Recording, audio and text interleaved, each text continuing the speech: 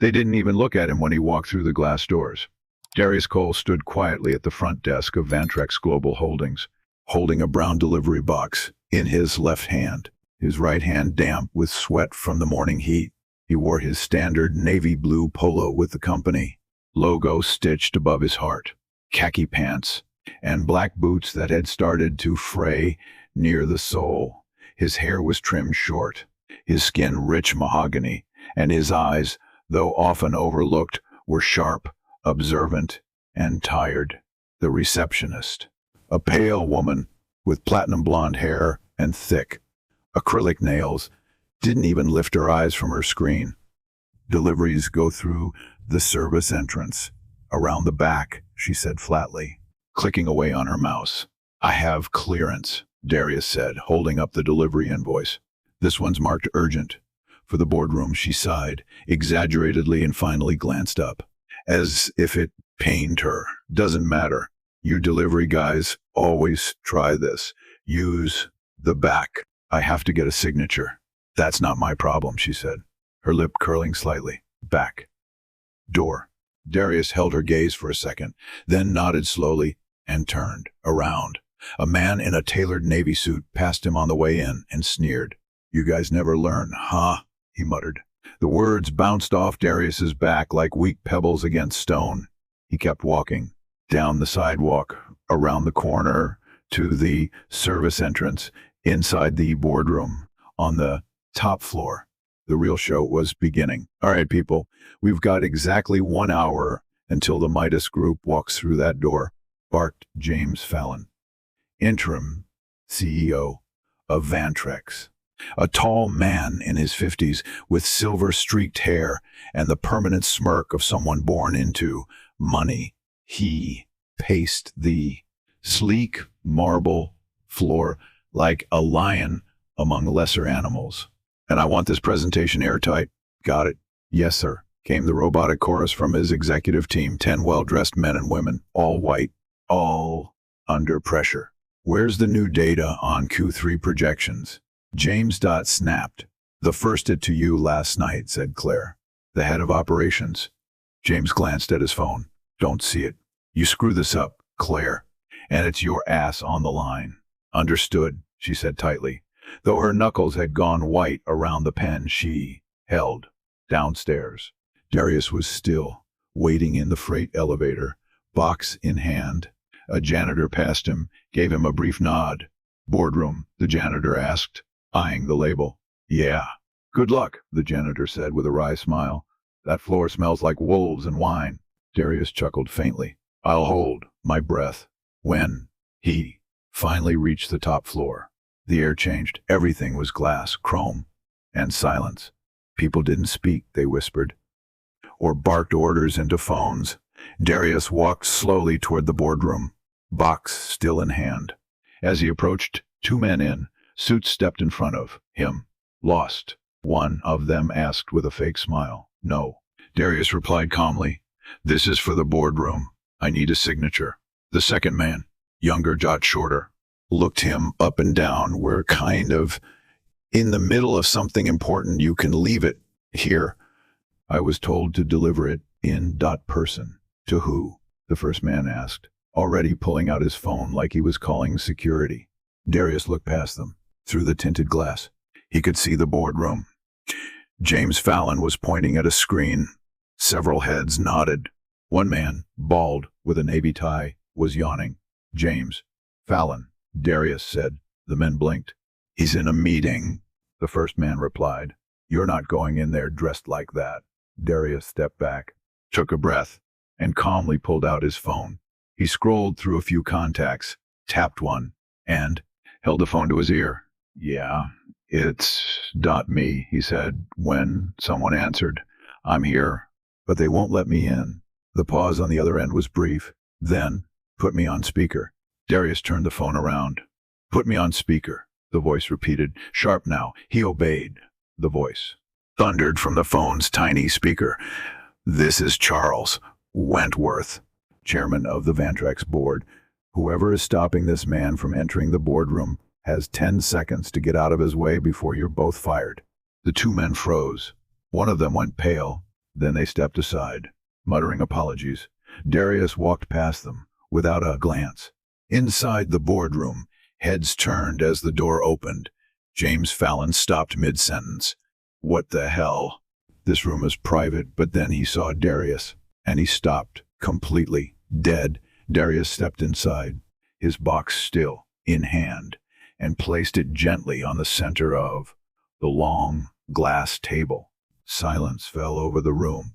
Sorry for the interruption, Darius said, straightening. His voice was calm, deep, and now tinged with authority. But I thought it was time we had a little chat. James blinked rapidly.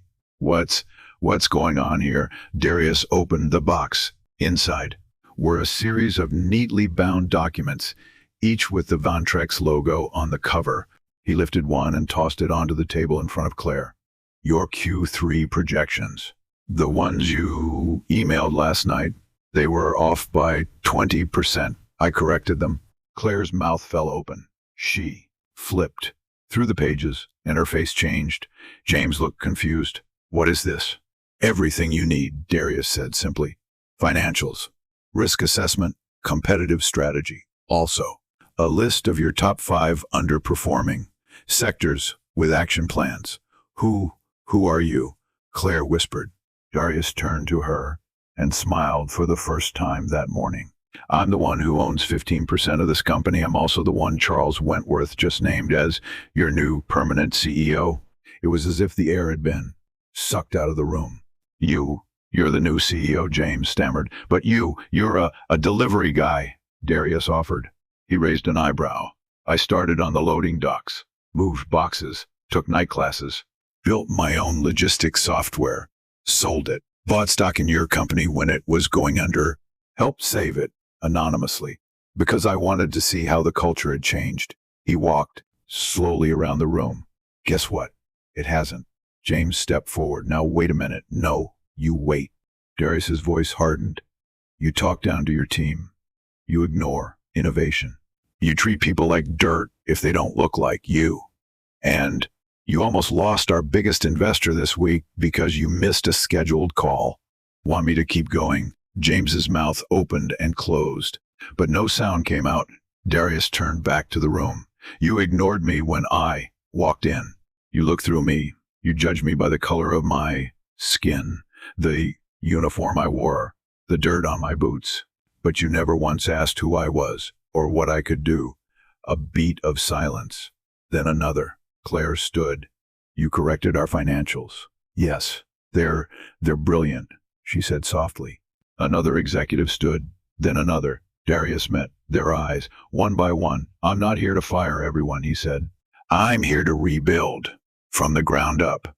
And that starts with respect for everyone, no matter what door they walk in from. And just like that, the room shifted. The man who had been invisible moments ago now stood at the head of the table, not just seen, respected, feared, and finally heard. James Fallon took a trembling step back. His voice cracked as he tried to reclaim some authority. This is absurd. You can't just walk in here with a delivery box and declare yourself CEO. There are protocols, procedures. Darius turned his full gaze on James, his eyes no longer calm but sharp, unflinching. You're absolutely right, James. There are protocols. That's why Charles Wentworth, the board chairman, called an emergency vote 3 days ago. The board is tired of the scandals, the missed opportunities, and the lawsuits you've managed to bury but never fix. They wanted a change. I was that change. The board voted 12-1. The paperwork was finalized this morning. He paused, letting the weight of the words settle. You'd know that, Darius added dryly, if you ever got checked your emails from anyone below SVP level. James staggered into his seat, pale and blinking rapidly. The man who had barked orders just moments before now looked like he'd been punched in the gut. You set me up, he mumbled. This was a stunt, Number Darius said firmly. I gave you every chance to change. I consulted. I sent suggestions anonymously. I watched how you treated people, how you dismissed new ideas, laughed at working class input, talked over women in meetings. You failed this company. You failed its people. I'm just here to clean it up. The room was silent. You could hear the faint hum of the AC and the soft clicking of Claire flipping another page of the report he delivered. She looked up. This strategy on warehousing. Darius, did you build this model? Yes. I've never seen anything like it, she said, stunned. It's 10 steps ahead of what we're using now. Thank you, Darius said simply. A man at the far end of the table, Louis, the marketing VP, finally found his voice. Sir, one mean. Mr. Cole, how do you want us to proceed? Darius studied the room. All eyes were on him now, not with mockery, not with contempt, but with something unfamiliar, respect. He moved to the head of the table, placed both hands on the smooth glass, and looked around. We start by reshaping the way we treat people. From the bottom up, janitors, delivery teams, interns, everyone. You want innovation. Start by listening to the people, closest to the ground. They see what executives miss. He turned toward the projector screen and clicked a button on the remote he pulled from the box. A new presentation lit up. This, he said, is Project Horizon. My proposal for the future of Vantrex, the hybrid logistics and tech transformation strategy. We'll be partnering with startups, investing in green delivery models, and expanding into international markets where our competitors aren't even looking yet. The screen shifted to data graphs, all sharp and meticulously detailed. Predictive AI routing systems supply, chain optimization through machine learning, equity-focused hiring models. This is where we're headed. And anyone who's not ready for this future can step aside. Silence. Then Louis nodded. I'm in. Claire followed me too. One by one, hands went up, heads nodded. Everyone except James Fallon. He stood slowly. You might have the board's backing, but you don't understand this world, son. Darius's face remained composed, but his tone dropped an octave. Don't call me son. James ignored him. You've spent time in warehouses and vans. You don't know the pressures of this room, the politics, the clients, the media. You're in over your head. Darius stepped forward. Really? Because I've sat in a freezing truck at 3 a.m. waiting for a loading dock to open. I've rebuilt routing software from scratch with nothing but coffee and determination. I've pitched tech to venture capitalists who refused to look me in the eye until the numbers made them blink. And I've had more doors slammed in my face than you've walked through in a week. He took a breath. So yes, I know this world. I know it better than you think. I've lived every floor of it, not just the top. James tried to reply. His mouth opened, but no sound came out. Then a phone buzzed. Claire picked it up and paled. She turned to the room. That was Charles Wentworth. He said James's keycard has been deactivated. Security's coming up to escort him out. James's face went blank. You can't do this, Darius. Calmly picked up the next folder in the box and handed it to Claire. Forward this to PR. We'll need a statement by noon, effective immediately. I'm taking full control of executive operations. The door opened. 2 security guards stepped inside. James backed away, shaking his head, then looked around the room. You're all fools if you go along with this. No one responded. As the guards escorted him out, the silence spoke louder than any words. When the door shut behind them, Darius turned back to the group. I want all department heads in the breakout room at 10 a.m. We're rebuilding this company from the inside out. And it starts today. He walked out of the boardroom without waiting for applause. He didn't need it. As he stepped into the hallway, an intern passed him, a young black woman in oversized glasses carrying 3 coffee trays. She paused, startled. Wait, Mr. Cole, he smiled. Yeah? You're the new CEO. Looks like it. She lit up. Finally, she whispered, someone who gets it. He grinned and tapped her coffee tray. Lead with respect. Everything else follows. She nodded as he walked past. Behind him, the boardroom buzzed. Again, this time, with a new kind of energy, one not built on fear, but on possibility. And the man they'd ignored, the one they'd looked through, now stood at the helm. Not because of luck, but because he earned it every step of the way. The moment Darius exited the boardroom, the calm on. His face wavered. He ducked into the stairwell, gripping the cold railing, breathing in deep. Years of pressure, years of watching people sneer, of hearing the word just before every job title, just a driver, just a warehouse temperature, just another black guy with calloused hands. It had all led to this moment.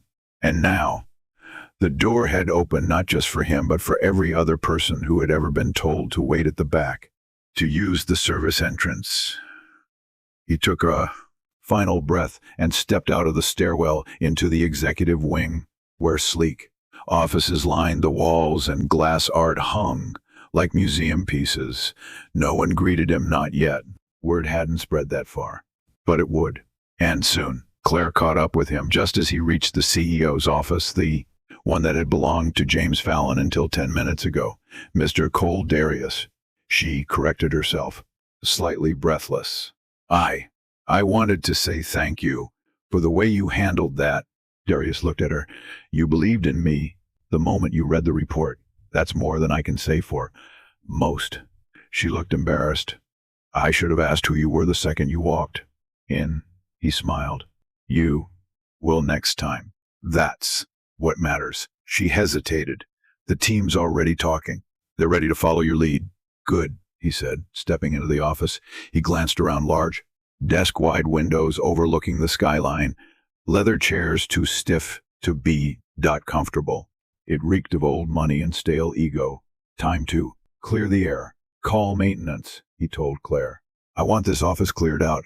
All of it. She blinked. All of it. Every inch. Desk chairs. Even the painting. It's time this place stopped looking like a country club. He walked to the window, looked down at the bustling city below. Trucks, vans, cars, bikes, all moving. People working, trying, surviving. We're not a glass tower anymore, he said quietly. We're a network, a pulse. We're only as strong as the people holding the damn thing up. Claire nodded. Got it. I'll make the call.